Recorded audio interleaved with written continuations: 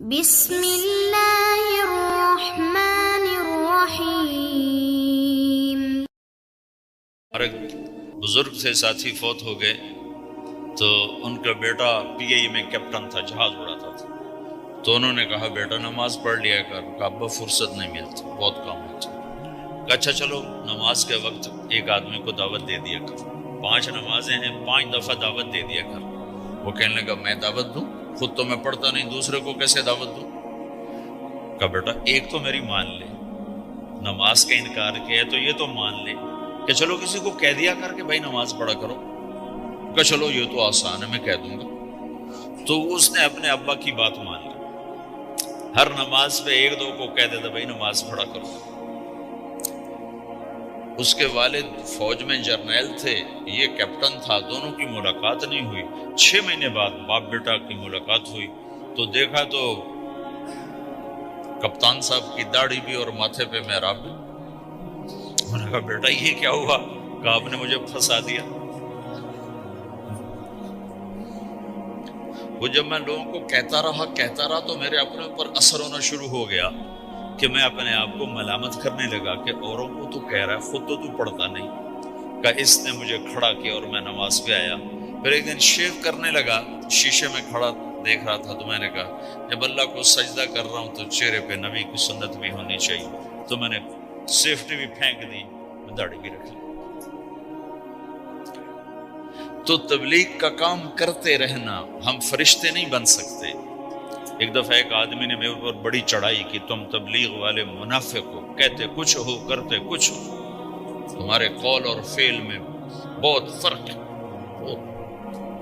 جب ان کا غصہ اتر گیا تو میں نے ان سے کہا بھائی 100 نمبر تو اللہ نے بھی نہیں مانگے، آپ کیوں مانگتے ہو؟ اللہ نے کہا ہے فمن ثقلت موازینہ، جس کی نیکیاں بڑھ جائیں گی گناہ تھوڑے ہوں گے تو پاس کر دوں گی۔ تو 100 نمبر تو اللہ نے بھی نہیں کہا کہ ایک گناہ تیرے کھاتے میں نہیں ہونا چاہیے۔ 100/100 نمبر لے گا تو جنت دوں گا، نہیں تو ریپٹ مار کے جہنم میں ڈالوں گا۔ تو 100 نمبر تو اللہ بھی نہیں مانگتا، اسے پتا ہے میرا بندہ کمزور ہے، کبھی گناہ کرے گا کبھی نیکی کرے گا۔ تو وہ کہتا ہے جس کے پاس 51 نیکیاں ہوئیں اور 50 گناہ ہوئے تولوں گا تو 51 جھک جائیں گے نا، 50 معاف۔ یہ مثال دے رہا ہوں۔ ہمارے علاقے میں ایک ذمہ دار تھے، وہ ذکر بھی بہت کرتے تھے، گالیاں بھی بہت دیتے تھے۔ ادھر سبحان اللہ تیرے فلانے، الحمدللہ کے ساتھ ایک پھکڑ تولتے تھے۔ ساری زندگی وہ ایسا ہی کرتے رہے۔ جب وہ فوت ہو گئے تو کسی نے ان کو دیکھا تو انہوں نے پوچھا کہ میاں صاحب آپ کے ساتھ کیا ہوا؟ آپ تو گالیاں بہت دیتے تھے۔ خود ہی انہیں پوچھ رہے آپ تو گالیاں بہت دیتے تھے، تو آپ کے ساتھ کیا ہوا؟ کہ اللہ تعالیٰ نے میرے ذکر اور میری گالیوں کو تولا تو میرا ذکر بڑھ گیا تو میری بخشش ہو گئی۔ اللہ نے بھی کاؤنٹنگ رکھی ہے، پرفیکشن مانگی ہی نہیں۔ اگر اللہ پرفیکشن مانگتا تو پھر آپ کہتے تم کرتے کچھ ہو کہتے کچھ ہو۔ اگر میں کہتا صحیح ہوں تو ایک نیکی تو کر رہا ہوں، اور کرتا نہیں ہوں تو ایک گناہ کر رہا ہوں۔ کیا پتا میرا رب میرے کہنے کے تو فعل میرے نہ کرنے کو معاف کر دے۔ بس ایک صورت میں ہے کام خطرناک کہ اگر میں اس کہنے سننے کو اپنی دنیا بنانے کا ذریعہ بنا لوں پھر خطرناک ہے۔ تَأْمُرُونَ النَّاسَ بِالْبِرِّ وَتَنْسَوْنَ أَنفُسَكُمْ وَأَنْتُمْ تُتْلُونَ الْكِتَابَ، وہ یہ آیت۔ لیکن اگر میرے اندر اخلاص ہے تو پھر میں انسان ہوں، کبھی اچھا کروں گا کبھی برا کروں گا، لیکن میرے ذمہ صدا لگانا ہے۔ تو بھائیو اس تبلیغ کے کام کو کرتے رہنا، کرتے رہنا، اس سے ایمان بنتا ہے۔ ایمان سے دین وجود میں آتا ہے۔ دین کے 2 حصے ہیں، ایک عبادات ہے جس میں نماز سب سے اہم ہے، پھیری پہ ہو گھر پہ ہو نماز نہ چھوڑو۔ رمضان کے روزے ہیں، اللہ پھر رزق زیادہ دے دے، حج کرو، زکوٰۃ دو۔ لیکن عبادات بڑی محدود ہیں اور اس میں کثرت اللہ نے مطالبہ بھی نہیں کیا، بلکہ اللہ تعالیٰ نے اس میں اعتدال ہی کو پسند فرمایا ہے۔ اللہ تعالیٰ نے ہمارے نبی لمبی لمبی نمازیں پڑھتے تھے، تو اللہ تعالیٰ نے روک دیا کہ ما انزلنا علیک القرآن لتشقی، میرے نبی میں نے تمہیں قرآن اس لیے نہیں دیا کہ تو لمبی لمبی نمازیں پڑھ کے تھکتا رہے، درمیانہ چل درمیانہ چل۔ اللہ کے نبی نے تبلیغ میں زیادہ زور دکھایا تو اللہ نے اس پر بھی کہا فلا تذهب نفسك علیہم حسرات، اتنا غم نہ کیا کر کے تو خود ہی ہلاک ہو جائے، مت نہیں، ایسا نہ کر۔ تو عبادات محدود ہیں اور اس میں اعتدال مطلوب ہے۔ سارا دن مصلی پہ بیٹھنا یہ اللہ نہیں دیکھنا چاہتا، اللہ یہ دیکھنا چاہتا ہے کہ تو باہر جاتا کہ میں دیکھوں کہ اب تو کیا کرتا ہے۔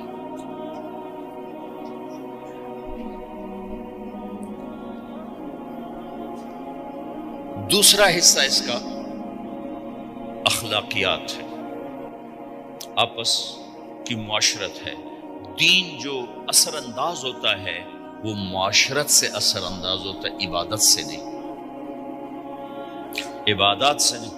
عبادت تو مسجد کے اندر ہے یا مصلی پر گھر کے اندر ہے، روزہ اندر کی چیز ہے، حج بیت اللہ میں ہے، زکوٰۃ مسلمان کو دی جاتی ہے۔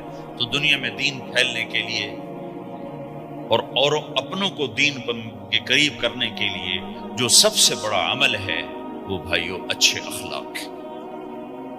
یہ دوسرا حصہ میں آج بیان کرنا چاہتا ہوں۔ اللہ کے نبی نے فرمایا ایو اور الاسلام اوثق، مجھے بتاؤ اسلام کا سب سے مضبوط عمل کیا ہے؟ تو صحابہ نے کہا الجہاد، یا رسول اللہ جہاد۔ اسلام کا سب سے مضبوط عمل کیا ہے؟ صحابہ نے کہا جہاد۔ تو آپ نے کہا وحسن وما هو به، ہاں جہاد بہت اچھا عمل ہے لیکن سب سے بڑا عمل نہیں ہے، سب سے مضبوط عمل نہیں ہے۔ ان کا جی الصلاۃ، نماز۔ تو آپ نے کہا ہاں وحسنۃ وما هي بها، نماز بھی بہت اچھی چیز ہے لیکن وہ نہیں جو میں پوچھ رہا ہوں، سب سے اعلیٰ، سب سے اوپر، سب سے مضبوط نہیں۔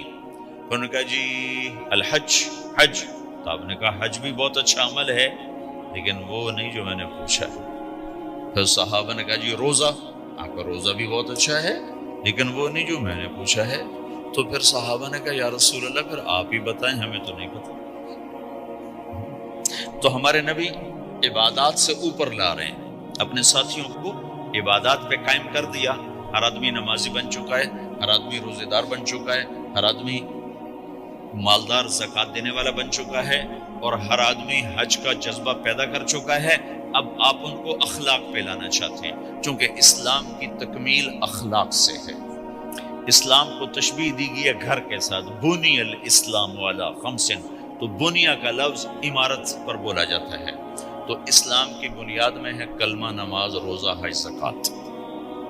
اگر اس مسجد کی بنیادیں بھر دی جائیں تو اس کو مسجد تو نہیں کہیں گے نا۔ ہاں جی بنیادیں ڈال دی ہیں، چھت ڈالنی ہے، جب چھت پڑے گی تو پھر یہ مسجد کہلائے گی۔ تو اسلام کی بنیاد قائم ہو چکی تھی، اب آپ چھت ڈالنا چاہتے تھے۔ چھت کیا ہے؟ وہ اچھے اخلاق ہیں۔ تو اب آپ ان کو اوپر لا رہے ہیں، اوپر لا رہے ہیں۔ تو آپ نے جب پوچھا تو انہوں نے وہی کہا جو انہوں نے ابھی سیکھا تھا، نماز، روزہ، جہاد، حج، لیکن آپ نے سب کی نفی کر دی، نہیں یہ بھی نہیں، یہ بھی نہیں، یہ بھی نہیں، یہ بھی نہیں۔ اچھا یا رسول اللہ آپ بتائیں۔ تو آپ نے فرمایا ان اوثق عر الاسلام الحب للہ والبغض للہ، اسلام کا سب سے مضبوط عمل وہ آپس میں اللہ کے لیے محبت کرنا ہے۔ اسلام کا سب سے مضبوط عمل وہ آپس میں اللہ کے لیے محبت کرنا ہے۔ اسلام کا سب سے مضبوط عمل وہ محبت ہے، اللہ کے لیے بغض ہے، اللہ کے لیے محبت ہے، یہ اسلام کا سب سے مضبوط عمل ہے۔ تو بھائیو یہ چھوٹا سا معاشرہ اسلامی بن جائے، اس کے لیے بنیاد میں نے پہلے بتا دی، اب چھت بتا رہا، وہ ہیں اچھے اخلاق۔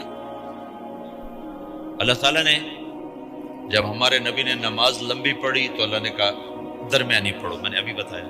تبلیغ میں دکھ زیادہ جھیلا تو اللہ نے کہا درمیانہ چلو، لیکن جب اللہ کے نبی نے اخلاق بلند کیے، اخلاق، تو اس پر بھی اللہ تعالیٰ فرماتا میرے نبی ذرا اتنا نرم نہ ہو، تھوڑا سا سختی دکھا، آنکھیں دکھا، تھوڑا شوشاں کر۔ تو میرے رب نے کیا کہا؟ واہ، میرے رب نے آپ کے اخلاق کی جیسی تعریف کی ہے، آپ کے کسی عمل کی ایسی تعریف نہیں کی۔ نماز کو کہا معتدل، اعتدال، دعوت کو کہا اعتدال، اور اخلاق کو کیا کہا؟ انک لعلی خلق عظیم۔ اور اس کو طاقت پہنچائی قسم اٹھا کے، نون، پھر قسم اٹھائی قلم کی جو علم کا ذریعہ ہے، والقلم وما یسطرون، مجھے قسم ہے قلم اور اس کی تحریر کی، ما انت بنعمت ربک بمجنون وان لک لاجرا غیر ممنون۔ ان دو آیتوں کو چھوڑ کر اگلی جو آیت آ رہی، وانک لعلی خلق عظیم، اے میرے محبوب میں قسم اٹھاتا ہوں قلم اور اس کی تحریر کی، تیرے اخلاق بڑے عالی شان۔ یہ نہیں کہا تیرے اخلاق بڑے عالی ہیں، انک لعلی، علا، علا کا یہاں بہت عظیم الشان کردار ہے۔ علا یہ بتا رہا ہے کہ اے میرے نبی جتنے اخلاق تصور کیے جا سکتے ہیں وہ سب تیرے تابع ہو چکے ہیں، اور تو ان پہ سوار ہو چکا ہے، تو ان پہ چھا چکا ہے۔ علا چھا جانے کے لیے ہوتا ہے کہ تمام اخلاق تیرے غلام ہو چکے ہیں۔ ایک دفعہ آپ نے فرمایا اچھے اخلاق 360 قسم، 360 قسم، 360 صفات کا مجموعہ اچھے اخلاق۔ کوئی ایک صفت کسی کو مل گئی تو جنت میں چلا جائے گا۔ تو ابو بکر رضی اللہ عنہ سامنے بیٹھے تھے، کہنے گے یا رسول اللہ افی منہا شیء، ان 360 میں کوئی میرے اندر بھی کچھ ہے؟ تو آپ نے کہا تیرے اندر سارے کا سارا، کوئی کمی کوئی دور ہے۔ یہ آپ نے اور کسی کو نہیں کہا، صرف آپ نے یہ ابو بکر سے فرمایا کہ ابو بکر تیرے اندر پورے اخلاق 360۔ تو بھائیو، آپس کی محبت اور اچھے اخلاق یہ اسلام کا سب سے چوٹی کا سبق، سب سے اعلیٰ درجے کا سبق۔ اب ایک حدیث میں جو حدیث جبریل کہلاتی ہے، وہ انسانی شکل میں آ کر پوچھتے ہیں یا رسول اللہ اسلام کیا ہے؟ تو آپ کہتے ہیں کلمہ، نماز، روزہ، حج، زکوٰۃ، یہ اسلام۔ یہی سوال اب آخری حج کا موقع آ چکا ہے، اب اسلام 9 سال آگے، 10 سال آگے جا چکا ہے اور اس کی شکل مکمل ہو چکی ہے۔ تو عمر بن عبسہ رضی اللہ تعالیٰ عنہ یہ آخری حج کے موقع پر آپ سے ملتے ہیں اور آ کر یا آپ سے پوچھتے ہیں یا رسول اللہ مل اسلام؟ سوال ایک ہے، مل اسلام؟ شروع میں مدینے کے داخلے کے شروع میں جبریل انسانی شکل میں آتے ہیں اور کہتے ہیں مل اسلام، اسلام کیا ہے؟ تو آپ کہتے ہیں کلمہ، نماز، روزہ، حج، زکوٰۃ۔ اب یہی سوال 10 سال کے بعد یا 9 سال کے بعد عمر بن عبسہ کہتے ہیں یا رسول اللہ مل اسلام، اسلام کیا ہے؟ تو اب جواب سنو، آپ نے فرمایا اطعام الطعام وطیب الکلام، میٹھا بول بولنا اور کھانا کھلانا۔ کسی سے میٹھا بول بولنا کتنا عظیم ہے میرے نبی کی، میرے اللہ کی بارگاہ میں، کہ آپ نے فرمایا ابتسامک فی وجہ اخیک صدقہ، تو اگر کسی مسلمان کو ہنس کے مل لے تو یہ بھی تیرے لیے صدقے کا ثواب، صدقہ لکھا جائے گا۔ جبریل کہتے ہیں یا رسول اللہ مل ایمان، ایمان کیا ہے؟ تو آپ فرماتے ہیں اللہ کو ماننا، فرشتوں کو ماننا، نبیوں کو ماننا، کتابوں کو ماننا، تقدیر کو ماننا، موت کے بعد کی زندگی کا اقرار کرنا۔ ان تؤمن باللہ وملائکتہ وکتبہ ورسلہ وبالبعث بعد الموت، یہ ہے ابتدائی جواب۔ اب یہی سوال عمر بن عبسہ کرتے ہیں 9 سال کے بعد، یا رسول اللہ مل ایمان، ایمان کیا ہے؟ تو آپ نے فرمایا الصبر والسماحہ، صبر کرنا، معاف کرنا۔ سوال ایک ہے، جواب 2 ہیں، کیوں کہ جگہ اور نوعیت بدل چکی ہے۔ ابتدائے اسلام ہے تو عبادات بتائی جا رہی ہیں، انتہائی اسلام ہے تو اخلاق بتائے جا رہے ہیں کہ اے عمر، ایمان کیا ہے؟ صبر کرنا، معاف کرنا، صبر کرنا، معاف کرنا۔ تو بھائیو جو ہمارا معاشرہ بنے گا اسلامی، گھر میں باہر، وہ بنے گا اچھا۔